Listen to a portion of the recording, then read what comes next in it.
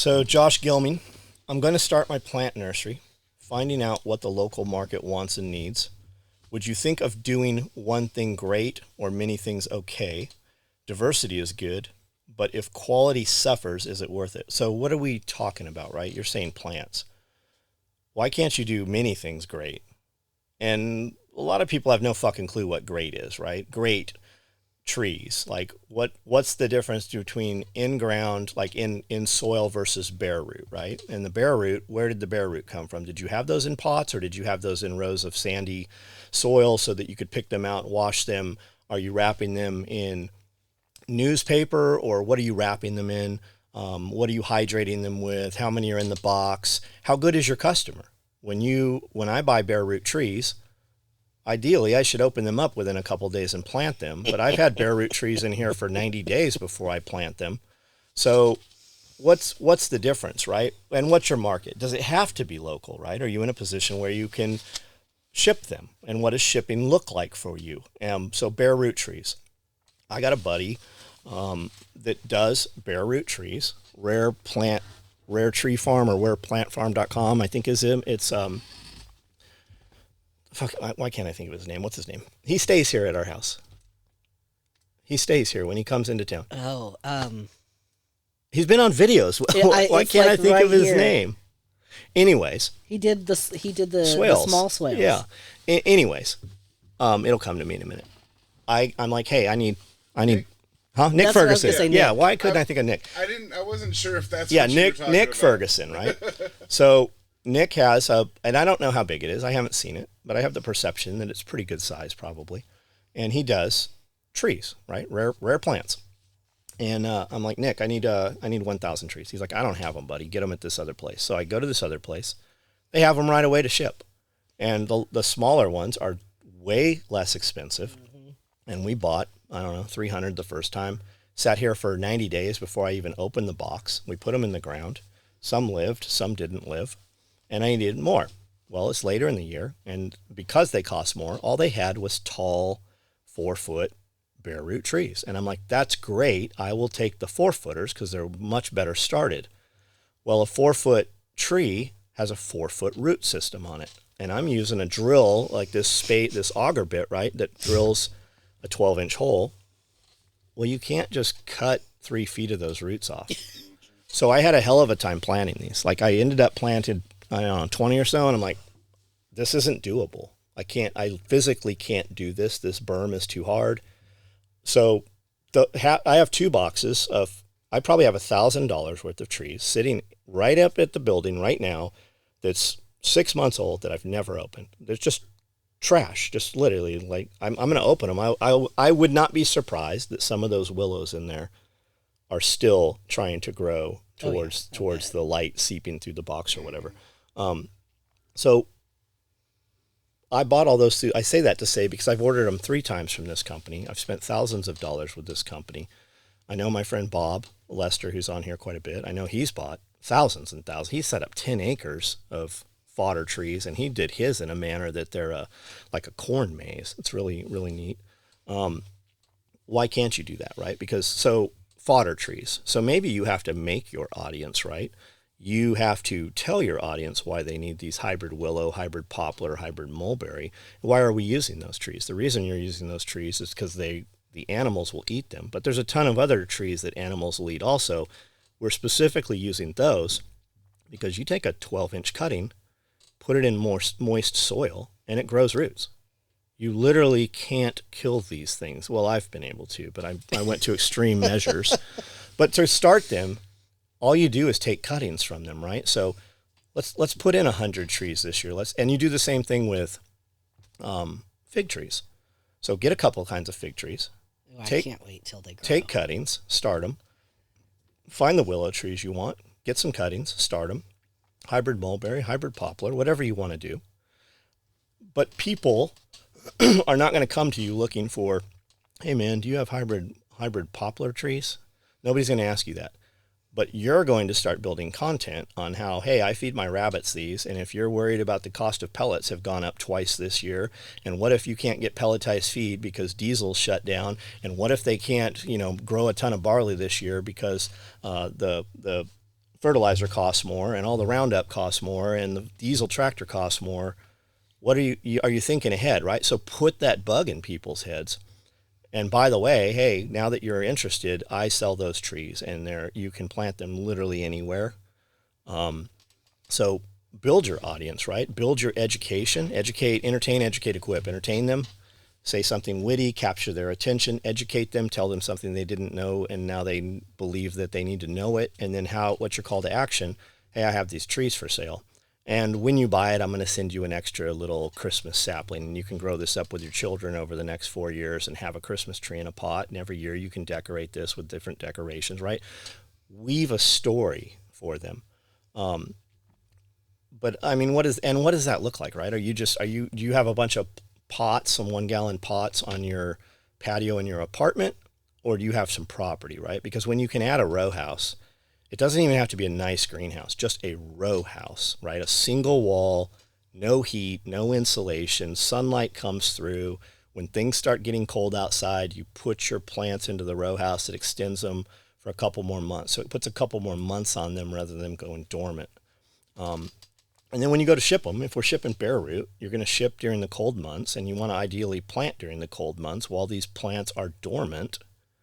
And then they're in the ground, and when it starts to wake up, and they're just already in there, so the roots start going crazy, rather than all the energy is already pulled into the roots rather than leaves. The leaves have fallen off. So I'd say do both, man. Well, and I was going to say, if your concern is local market, how much of one thing are you going to sell in comparison to, I have 20 things I can sell? So while you may get 20 sales out of this, but you get 500 sales out of 20, right? Like, I think that having more variety is going to get you more sales, because Sheila down the road comes and gets some petunias from you, and then you start talking about your fodder tree, and now she's got herself a fodder tree, and then she's telling her friends about her fodder trees, and now they're getting petunias and fodder trees too.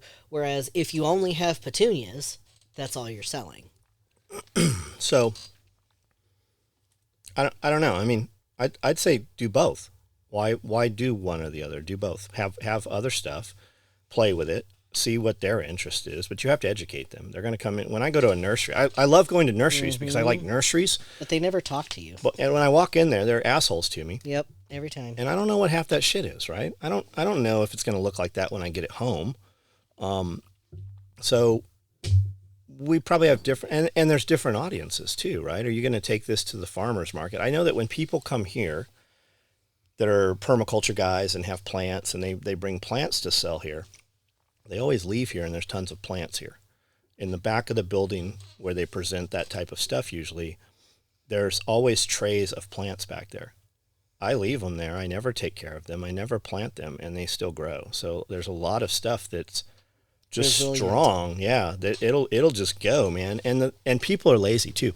So I would say make the content on how you started this, like every day. Just even if it's just, you don't have to film badass shit. I will take a task that takes 15 minutes and literally take an hour to film it, because I've got a couple of cameras, and then I'm going to drive past, and then I'm going to move the camera, and I'm going to drive past, and I'm going to move the camera.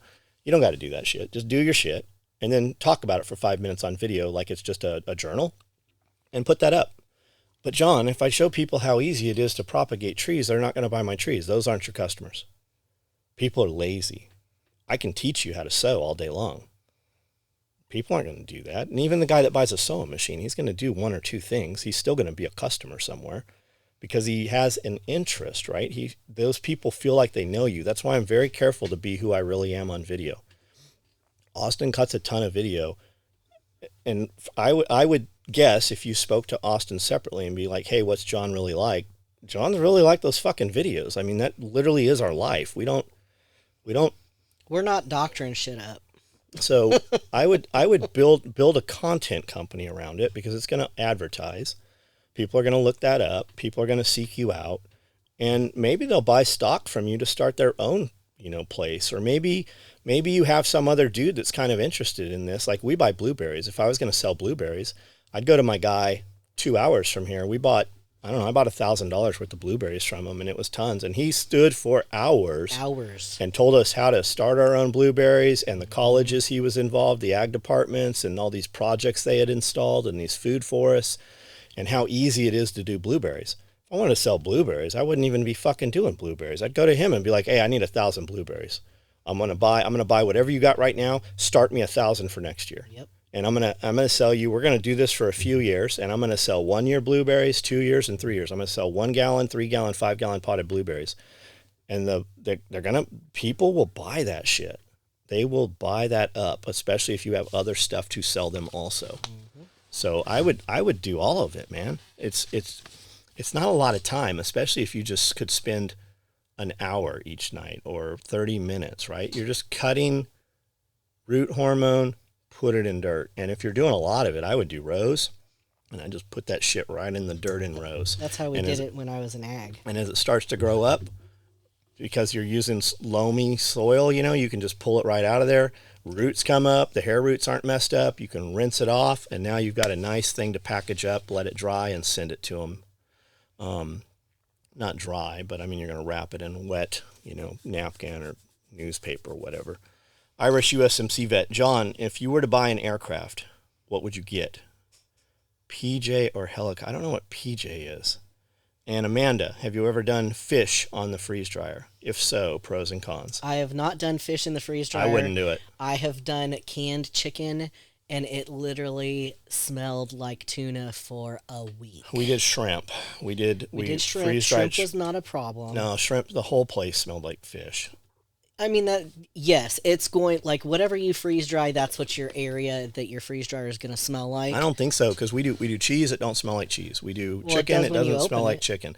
But the whole building, when you walk in the building, oh yeah, and you are freeze drying anything that's even like fish, or for some reason canned chicken smelled like tuna for weeks. We came back a week after we'd done it from being out of town, and the whole building still smelled like tuna fish. So if you have your freeze dryer in like your garage or out on your back patio, or you have a separate room separate from your living space, I would say go for it.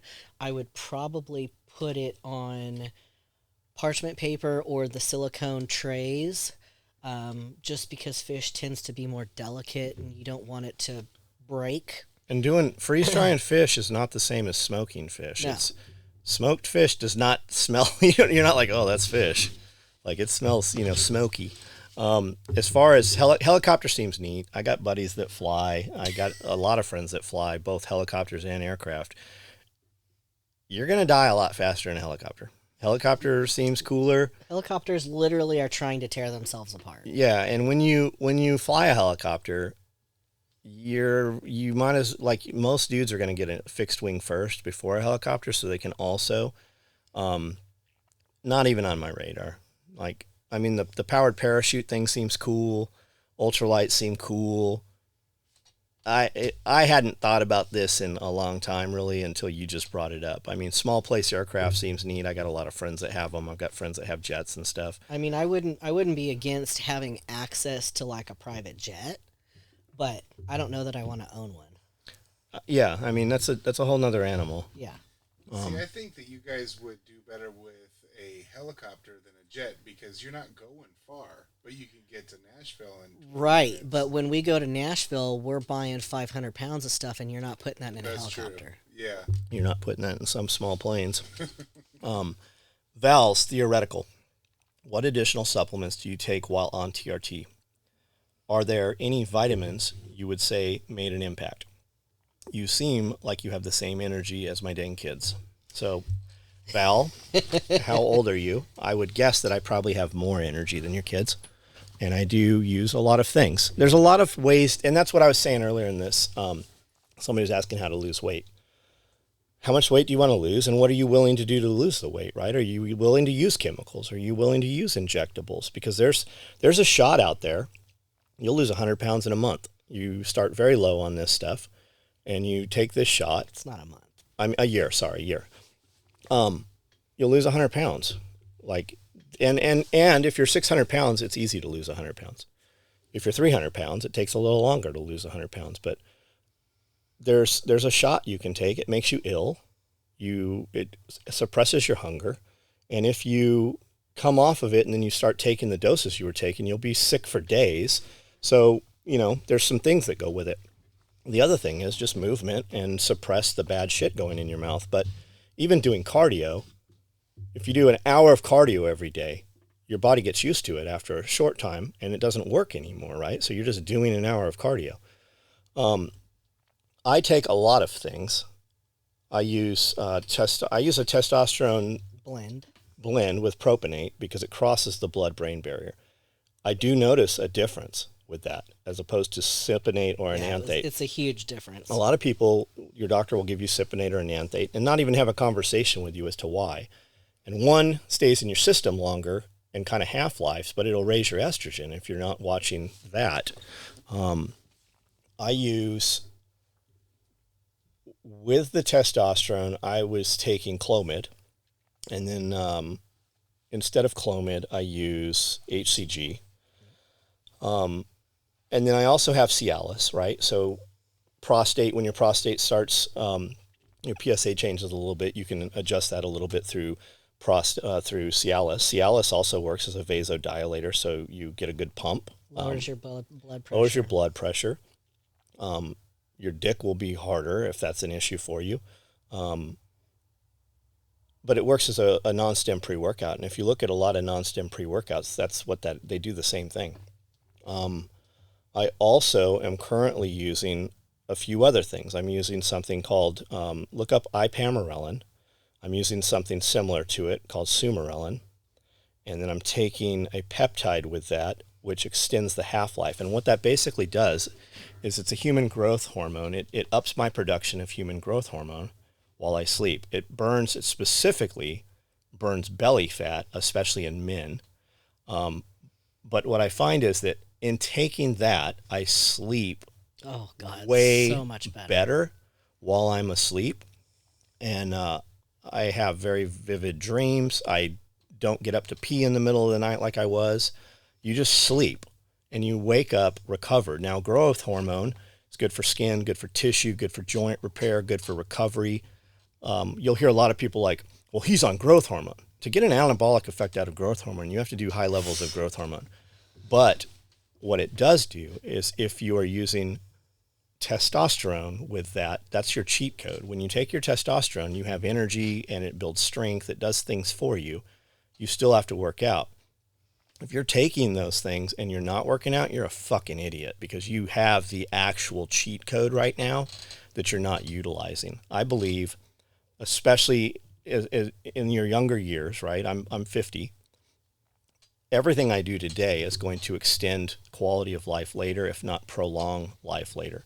So I'm taking the sumarelin with, what's the other one? CJC 1295. Look that up. That's got all kinds of stuff that goes with it. That's positive. That's the extender. That extends it. The BPC Body Protective Compound 157. And that is specifically a repair peptide. It was made specifically to help repair and lower inflammation and and it's showing bone repair, it's showing tissue repair, post surgery. It's showing they're saying, hey, you have this injury, there's no way to fix this other than surgery. And you have people taking this stuff and go back and they MRI it and the damage is repaired. Correct. There's a ton of research with it. It's available. It's not even like ridiculously expensive compared to a lot of things. It's just not on your radar. Now, I don't think that's what you were asking. In addition to that, I do not currently take any vitamin. I go back and forth. Vitamin D. Yeah, I take vitamin D every night. I take 15,000 IUs every night, right before I go to bed. But a lot of people are constantly on these vitamin things, and we just take vitamins because we're told we need these vitamins. You really need blood work done. Like, what are you allergic to? What are you lacking? Do you really need to take these other things? Everybody will tell you that you need to take, in order for zinc to work, you have to take Q-certain, and that's true. But in taking that, it lowers and it fucking disappears your copper, right? So a lot of people take copper and they take copper and copper and copper, and they actually they build up. It affects other things in your body. Yeah, you end up with a heavy metal toxicity. Yeah, and the copper stays in your body for quite some time. So you could take copper for a month and then not need to take copper for quite a long time. But we do these things because we're looking for that thing, right? And that multivitamin might have that thing that makes us feel better, but over a prolonged time, the other shit actually negatively affects you. So you really need blood work, man. When you get with a company that will actually look at all your shit and go, hey, you're deficient in this, you're high in this, let's do these and dial these knobs and these levers. But everybody wants this multi thing just because number one, it makes you feel good. I'm doing something, right? It's expensive piss. Everybody wants to co-opt everything. You want to co-opt out your security and your health, right? You want to take this, I'm going to buy this $75 thing of vitamins. It's going to fix me. When really, if you would just stop putting shit in your mouth, that would change everything. Am I missing? I take... So he takes vitamin D every night. He does OptiGreens every morning. He uses BCAAs throughout the day and Sacred 7 mushrooms in with his OptiGreens, and then pre-workout. I use a lot of pre-workout. I run a lot of caffeine. But that's all of it. But I was going to say, in addition to blood work, you need to know if you methylate the vitamins, because you can go and get a $500 multivitamin, but if you have the MTHFR gene, it doesn't fucking matter because your body can't process it. So you have to find a different way to take those vitamins in, because guaranteed you're going to be deficient in something if you have that gene. I actually started using a vitamin patch for vitamin B specifically, and it's making a fucking world of difference. It is a huge difference. And then I gave some super vitamin B patches to Cody, and he's like, it is night and day. The difference I feel within just a few days of using them has been incredible. You would benefit from it, no doubt. I don't think I need it right now. You probably don't, but I have some if you want them. Right. There's a lot of ways to get to the same place, but none of it's gonna fucking. You could do all this stuff and feel a little bit better, but if you're still putting shit in your mouth, you're negating that. It's not. You're never gonna be where you could be, and in fact, you're actually working backwards a lot of times. A lot of guys will take a lot of this stuff to make things work, and once you add sugar or carbs to it, it actually works fucking backwards, right? You could take these things. It's like the sumarelin or the ipamorelin, right? You don't eat any carbs 2 hours before that. But if you do, it's actually going to work backwards. It will it's not going to just negate it. It's going to make it work in a negative manner. And that's a lot of that dirty keto shit. Like, oh, I agree. I mean, even if you're going to do keto, even if you're going to diet hard, right? Do your shit 5 days a week. Eat really good 5 days a week and eat complete shit on Saturday or Sunday, right? If that's what you want to do. You'll still be way ahead, huh? I wouldn't. I would say you have one shit meal. Yes, but a lot of guys aren't going to do that. So if you're going to, if you can't or won't, there's a difference. Yes.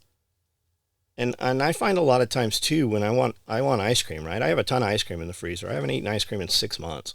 When I go in there and I'm like, I know that ice cream's in there. I go in there and I'm like, eat an apple first. Mm-hmm. And if I'm going to eat shit, like if I'm going to go eat a bowl of cereal, I eat meat first. I always do. And a lot of times it knocks that out and I just don't eat, or I don't eat as much of it. But what I'm saying is if you're like, okay, I'm going to do this, I'm going to eat super clean, don't give yourself a whole weekend to eat shit, because you're literally undoing everything you did for the past 5 days. Give yourself a meal. And move. Like... Yeah, and then go for a fucking walk or a workout. And just movement, right? If you go in and you do the same thing over and over and over, your body gets used to it, right? Get a set of dumbbells or kettlebells. Do whatever you're going to do on Monday. On Tuesday, do some push-ups and some squats, body weight. You can go in there and just back to back to back to back. You could knock something out in 15 minutes and have great accomplishment compared to what you have been doing. Mm-hmm. And not build up your body being used to it. I judge whether I got a good workout by how sore I feel the next day. And more importantly, how sore I feel on the second day. But you can just change shit around, man. Just the truth is, most people don't fucking do anything. They just don't. Even if you think you're doing something, you're not doing shit. Most people are not. So just fucking, you have to make the decision to change that. And there's a lot of ways to get there. And when you add a little more effort and discipline, it amplifies it 100 times. Trying to tear us down, but